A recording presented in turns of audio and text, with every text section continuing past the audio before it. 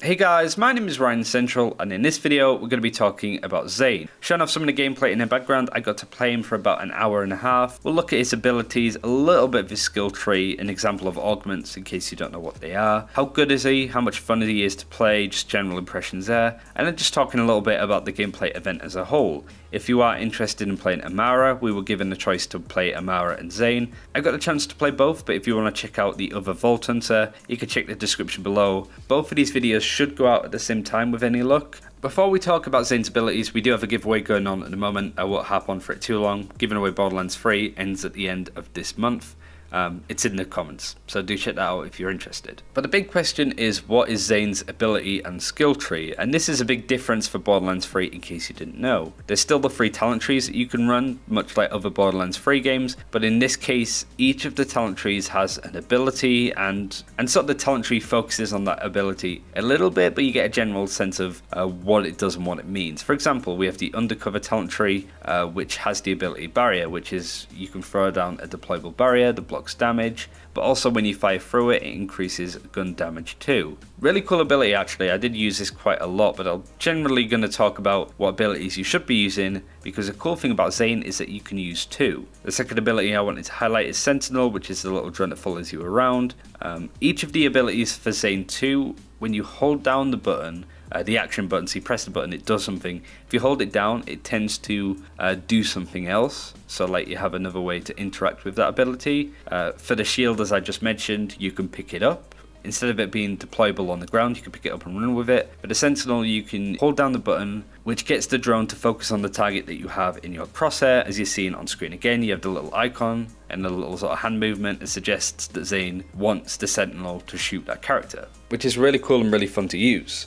And finally, the last ability under the doubled agent tree is Digiclone, where you put down a clone, it does damage, it sort of distracts the enemy, takes a bit of the threat away from you, but also if you hold down the button, you will swap places with where the clone actually is, if that makes sense. If you throw him down on one side of the map, you run to the other, hold down the button, you'll both swap places, which is good at getting out of tight scrapes. But to be honest with this ability, I didn't feel like I got much use out of it when I was using it. No doubt you can do some really cool stuff in here. I'm definitely not saying that this ability is bad in any way, but with the choice of 2 abilities out of 3, I was definitely happier to run with the barrier and the Sentinel. Both of these abilities were cool. The barrier was fun to use when it came to sort of keeping myself alive in sort of co-op play with 3 or 4 people. I think this is going to be like a must pick to sort of mitigate some of the damage coming in.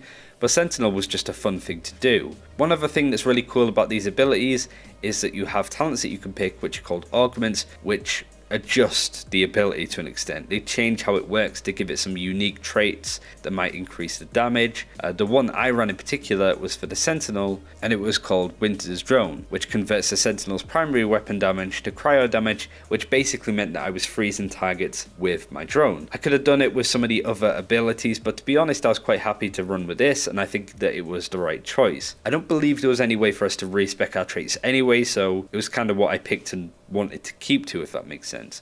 But that's just an example on using the ability, augmenting it, and adding some other traits in there that you can use. But as you're sort of seeing on screen, the loadout screen, you can see how that all works when it comes to a loadout, but that's what I was running at the time. What's Zane like? Is he any good? Should I be playing him? I was deeply impressed. More so, I was really sort of shocked on how fun he actually was. He was a hero that no doubt a lot of people may be overlooking. He's very much the assassin class, but like I mentioned in the Amara video, the sort of affinity in RPG roles I don't necessarily feel as established as Borderlands 1 or 2. If you wanted to run the assassin, you would run Zero or Mordecai. You couldn't really do that with Brick, whereas I feel that stuff like weapon affinity and styles aren't really as big of an issue in Borderlands 3 at least, unless you're really deeply interacting with the skill tree at end game and at higher levels, which of course makes sense. But at the point that we were playing, it didn't feel like you were having as much of an impact.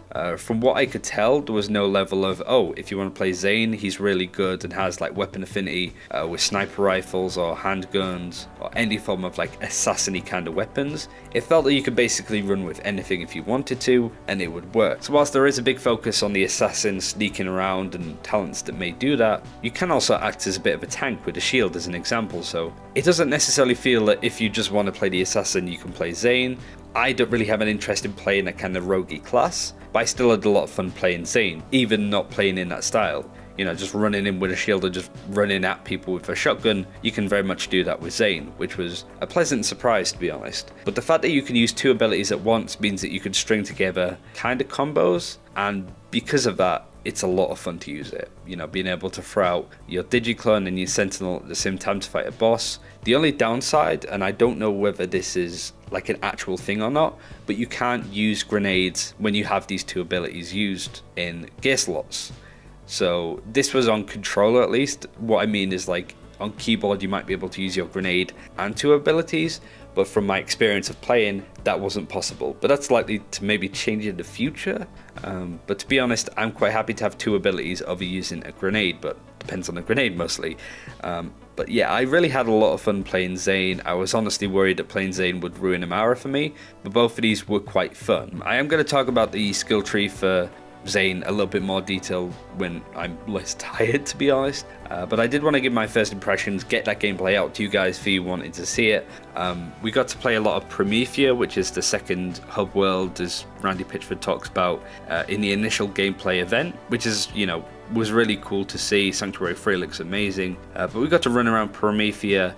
There was like a main sort of mission that we could do, which required us to kill Gigabrain, which you might be seeing a bit of gameplay of that boss fight in the background, but there was also some really good side missions that were actually a lot of fun to do. I predominantly did this on Zane, the side missions, to be fair, and I had a lot of fun doing so. It very much feels like a hub world, kind of like Destiny hub worlds and how that works, less of a run from A to B kind of thing that I think certainly Borderlands 1 suffered from quite a lot. Borderlands 2 not as much, but it definitely feels like an open world kind of game. Not in the sense of it's, you know, like the always online kind of game, but I do feel that Gearbox have put a lot of stock into trying to make the world feel as alive as possible. The bosses felt really cool, the level design was awesome, and even the fact of having NPCs fight alongside you with Lorelei, who's a new character, or Zero, playing on your own, I think that made a big difference, and again, very much a thing that Gearbox doubled down on, and you could see that they were doing that almost intentionally. Spoke to the developers a little bit about this too, and you know, Borderlands 1, when you play it on your own, it's fine, but it can be a very isolating sort of game. It's very much, you definitely feel like you're on your own in the world, which does add to the atmosphere a little bit, but I guess to an extent they wanted to remove that from Borderlands 3 and make sure that you felt like you were fighting alongside NPCs and teammates that really made that experience a bit more alive, and I think that made a really big difference too. This game was a lot more different than I expected it to be. I don't know how I was expecting it to play, but it looks gorgeous, it runs really well. There were a couple of bugs that I ran into, such as trying to get into a car. It would kill me instantly, and then my person wouldn't show up, so we had to restart the game. But you know, this game is still in development. It wasn't the final build of the game, but there was a video that I wanted to do answering a lot of questions from Reddit, looking at some of the stuff like max level and that. I tried to find out as much information as possible, so do look out for that video going out in a couple of days time. But Zane, honestly a lot of fun. I don't want to just sit here and say that both the characters that I played were great, but they were. Like, I think Zane is somebody that I wasn't necessarily looking to main, and I'm still not really looking too much, but it really does depend on how good Moze and Flak are, to be fair. But Zane honestly was a lot of fun. Being able to use 2 abilities and equip 2 abilities just made it string together, combo really well, and it honestly felt like I wasn't playing a Borderlands character. It was more similar to like other looter shooter games like Destiny, using the abilities there, but just obviously a lot better. Weapons, as I mentioned in the Amara video, really good, honestly. Like, they really doubled down on what makes these weapons special, their specific traits and stuff. I didn't think it would be this cut and dry, I guess I'd call it, where you definitely know that you're using a Maliwan weapon or a TD or whatever. But because of that, the weapons just feel so good. And speaking to the developers, that is one element that they are incredibly happy on and think that people are really going to enjoy. And I agree, because the weapons are ridiculous. Really excited to see more about this game. Hopefully we'll have the chance to play it in the future, but Zane especially, I think he is going to be a Vault Hunter that will take your interest. I think personally you may enjoy him more than you may think, so I would definitely say give him a chance. We're going to look at the skill tree a bit more in more detail. It's more of a speculation video, but this is more of a, this is the information. This is how he plays, this is how fun he is, and I'm really excited to get more hands on him, especially at higher tier levels, where you can, you know, play with the talents a little bit more, really customize it. Level 10, of course, you aren't really going to get that, but you can sort of see how deep that rabbit hole can go to an extent. But that's everything I wanted to talk about today. Hopefully you enjoyed the gameplay in the background. It's mostly just me being rambling about the hero and the game, but I just wanted to get this stuff out there. If you have any questions, put them in the comments below. Like I said at the start of the video, if you are interested in the giveaway, do enter it. It's in the description and the comments below if you want to check it out. Thanks for watching. I wouldn't be here if it wasn't for your guys' support, so thank you very much. Take care, and I'll see you soon.